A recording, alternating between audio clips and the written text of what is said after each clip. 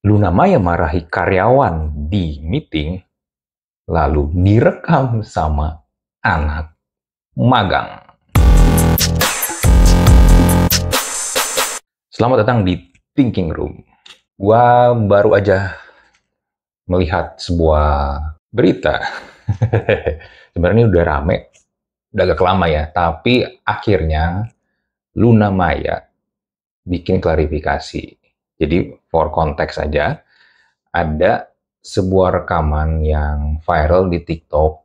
Di rekaman itu memperlihatkan kalau Luna Maya lagi mimpin meeting. Gue nggak tahu itu meetingnya bahas apaan, tapi kalau ngelihat cuplikan videonya, sepertinya itu sih lagi meeting sales ya.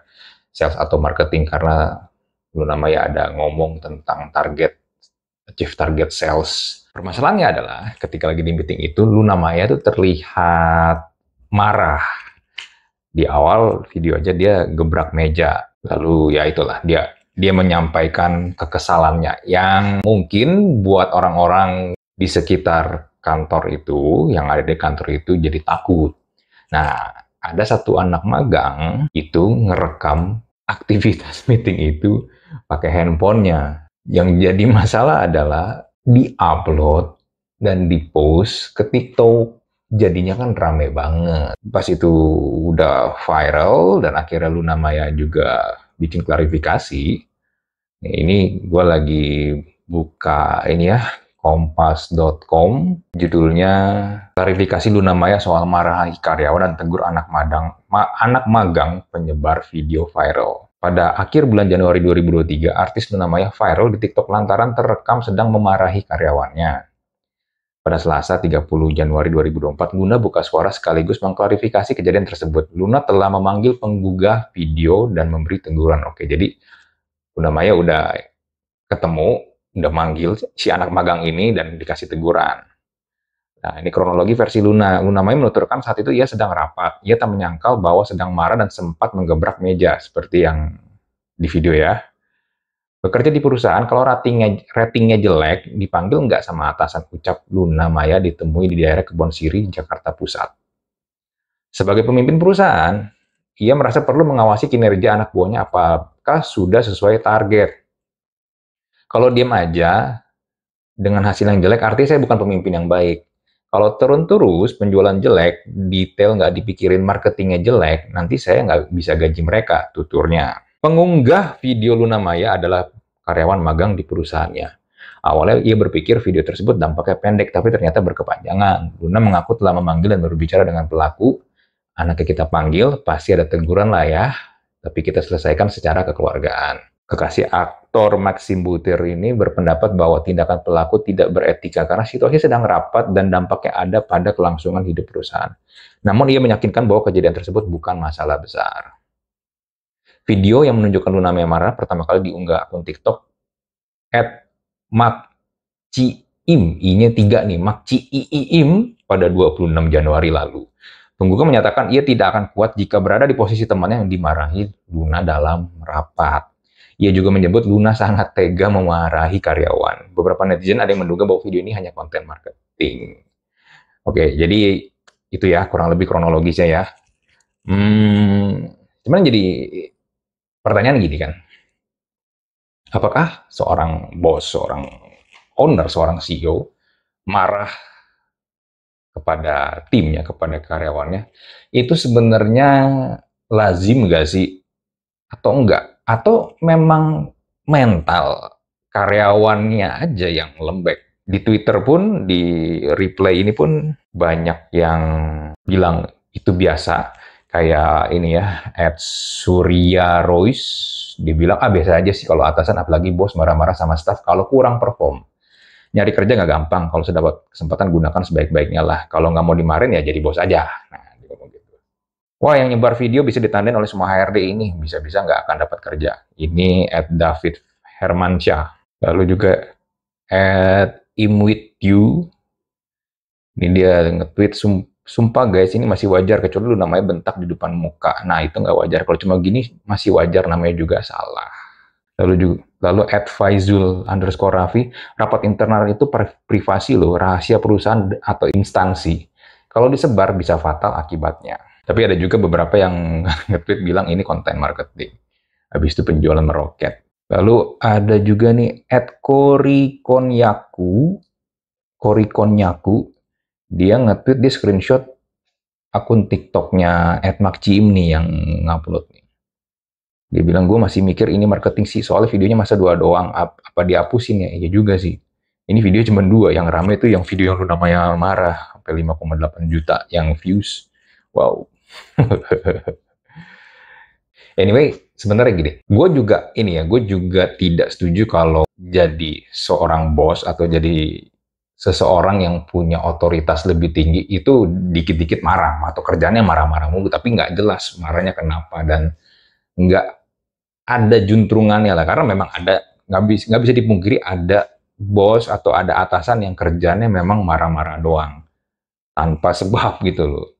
Entah mungkin lagi ada masalah, atau mungkin dia jomblo, udah umur hampir 50 tahun tapi belum merit misalnya ya kan. Kan kita nggak tahu, masalah personal kadang-kadang tuh kebawa sampai di kantor kan. Nah, tapi kalau yang gue lihat di konteksnya Luna Maya ini, kalau memang ternyata performance timnya itu lagi turun atau nggak achieve target, ya memang harus ditegur sih. Memang harus ada, kalau ini kalau gue akan kasih tahu baik-baik dulu. Kalau masih juga nggak ada perubahan, baru mungkin gue akan kasih teguran yang lebih keras sedikit. Tapi kalau memang masih diulang-ulang terus sampai 3 kali dan terus-terusan, gue akan marah. Pasti. Gue pun pernah ngalamin hal kayak begini. Banyak sebenarnya kejadian, tapi mungkin salah satu contoh aja. Salah satu contoh misalnya gini deh, gue lagi ada jadwal podcast. Kan kalau gue lagi podcast itu kan yang podcast nggak cuma gue doang kan. Akan ada tim di belakang, entah itu videographer, entah itu yang in sound. Dan gue ngundang orang biasanya. Nah, ketika gue ngundang orang, gue janjian sama tamu gue. Tamunya ini kan dia udah merelakan waktunya untuk datang ke tempat gua, untuk datang ke studio, untuk ngobrol sama gua di podcast. Dan gua akan sangat menghargai waktu mereka. Jadi gua berusaha untuk tidak pernah telat. Gua selalu berusaha untuk datang sebelum waktu yang udah kita janjiin. Misalnya gua janjian ketemu rekaman jam 11, biasanya gua jam 10 udah paling telat tuh jam 10 tuh gue udah datang tuh. Jadi gue sambil persiapan juga, gue sambil nunggu juga.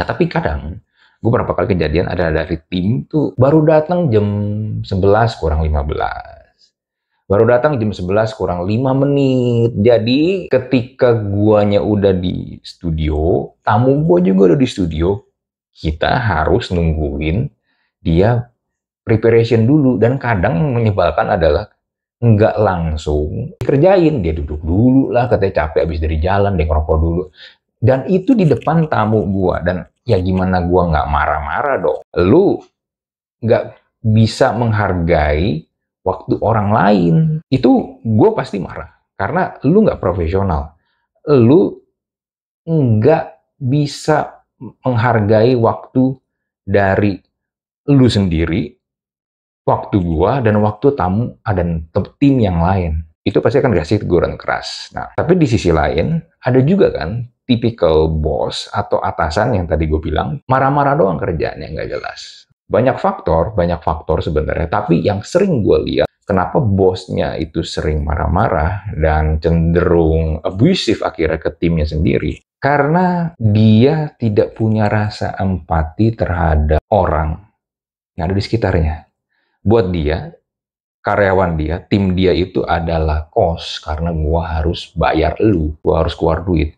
Bukan sebagai aset, bukan sebagai ini aset gua lo, ini berharga buat gua, tanpa mereka, perusahaan gua, bisnis gua ini nggak bisa berjalan dengan smooth. Jadi jadi para bos ini nih, yang suka marah-marah ini, yang abusive ini nih, memperlakukan timnya layaknya ya, kalau istilah budak korporat atau corporate slave ya jadi kayak budak gitu. Ya, walaupun lu bayar ya, tapi lu tidak memperlakukan sebagai manusia. Even kayak misalnya lu nge-layoff orang dengan gampangnya, padahal ya ketika lu nge-layoff, misalnya lu nge-layoff 50 orang, 100 orang, atau berapapun orang yang lu layoff, lu tuh nggak pernah memperhitungkan atau mempertimbangkan satu orang yang lu lay off. Satu orang ini bisa jadi adalah dia harus menanggung 3 atau 4 kepala yang harus dia kasih makan. Tapi ya karena lu nggak punya empati ya ya lu lakukan aja, bodo amat, bukan urusan gua. Dia mau sakit hati kalau ketika gue marah-marah, ya it's okay gitu. Lu nggak masalah. Nah, harusnya ketika lu punya empati, lu tahu sepatu mereka tuh kayak gimana. Rasanya di sepatu mereka tuh seperti apa. Lu nggak akan seperti itu sih. Dan gue juga bingung ya, apa nggak capek ya orang tuh marah-marah terus ya. Karena marah-marah itu drain energi lo. Kan sebenarnya bisa ya, kita tuh ngomong baik-baik kan, nggak perlu sampai marah-marah ya. Apalagi marah-marahnya nggak jelas. Ketika lu memegang posisi sebagai seorang leader, entah apapun itu ya bentuknya, gua dari kapan gua berapa kali juga pernah bilang di berbagai kesempatan, belajarlah people skill dan communication skill untuk leadership lu. Karena dua skill itu untuk sebagai seorang leader sangat-sangat basic banget. Nah, kalau lu aja nggak punya people skill, of course lu nggak akan pernah punya empati, lu nggak akan pernah tahu gimana caranya approach ke orang yang punya karakter berbeda-beda. Dan juga communication skill. Lu nggak tahu bagaimana caranya menyampaikan visi lu, cara menyampaikan apa maunya lu ke tim lu, dan mau taunya, biasa tuh tipikal ngomongnya adalah, gue pokoknya nggak mau tahu, gue pengennya kayak begini. Nah, ketika lu ngomong aja gue nggak mau tahu, ya sebenarnya lu juga nggak tahu apa yang mau lu kerjain, karena lu mungkin mimpi lu hanya beruntung aja, kebetulan lu punya modal, lu punya duit, tapi lu nggak tahu bagaimana caranya supaya bisnis lu ini bisa running, bisnis lu ini bisa scale up, bisa tumbuh. Ada lah, pasti lu pernah ketemu lah bos yang seperti itulah.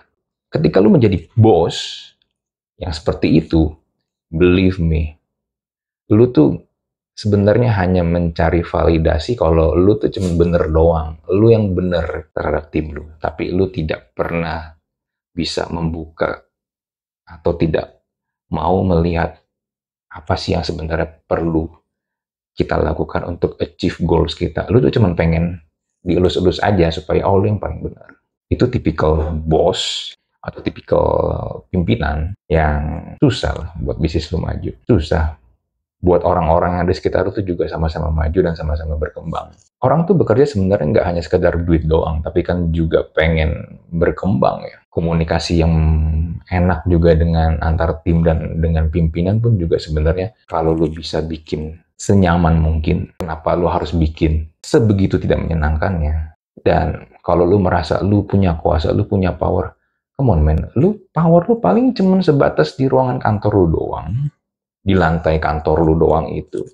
Even lu mungkin masih di gedung yang sama, lu keluar dikit dari kantor lu tuh sebenarnya udah bukan siapa-siapa juga. So, janganlah menjadi orang yang belagu lah kalau menurut gua. Jangan merasa harga diri lu tuh udah kayak Vegeta gitu, tapi sebenarnya skill lu mah cuma kayak Mister Satan. Jadi nggak perlu lah ya menurut gua kalau lu menjadi pimpinan marah-marah tapi nggak jelas juntrungannya. Tapi kalau lu marah karena memang tim lu bebal atau tim lu nggak perform, please lu perlu juga kasih shock terapi, which is okay. Tapi sebagai tim juga, lu juga harus tahu kalau lu harus achieve target juga.